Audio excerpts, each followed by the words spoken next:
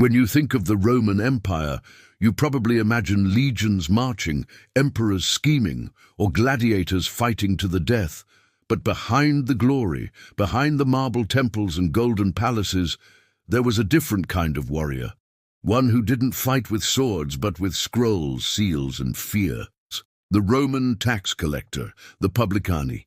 They were the most hated men in the empire, and the most necessary, because Rome wasn't built by emperors or generals. It was built by taxes.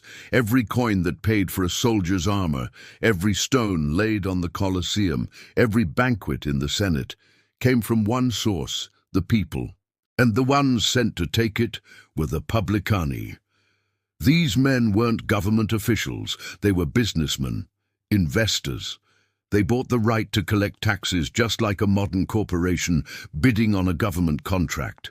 Whoever offered the state the most money won, and once they won, they went out into the provinces to make that money back, and a lot more. So imagine this. You're a farmer in ancient Gaul or Judea. The harvest is poor, your animals are dying, and one morning a man on a horse shows up with a scroll. He reads your name. He says you owe Rome, and you pay, whether you can or not, because if you don't, they take your land, then your house, then your children, all in the name of the Republic.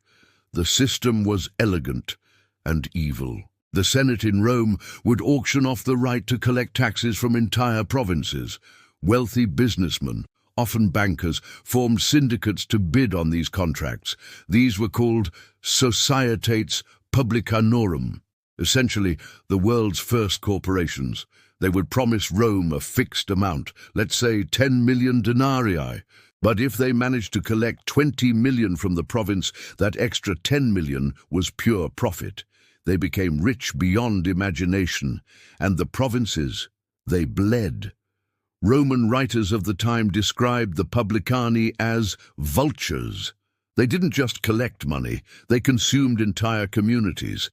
In Asia Minor, in Judea, in Greece, historical records show peasants selling their own children into slavery just to pay the taxes, and the tax collectors didn't stop. They couldn't stop, because their investors back in Rome demanded returns on their investment. Does that sound familiar? Rome's economy was addicted to revenue, just like modern governments are addicted to GDP growth. The collectors squeezed harder every year, and the people broke. Revolts erupted, farmers abandoned their fields, entire cities fell into ruin.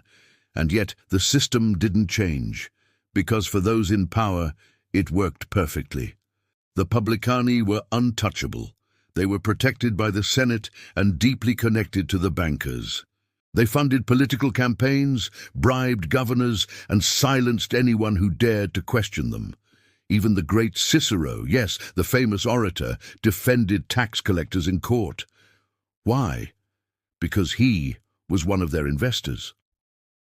It's easy to think of ancient Rome as a brutal and backward place. But in reality, they had already perfected the modern system of economic control, outsourced the exploitation, privatized the profit, socialized the pain.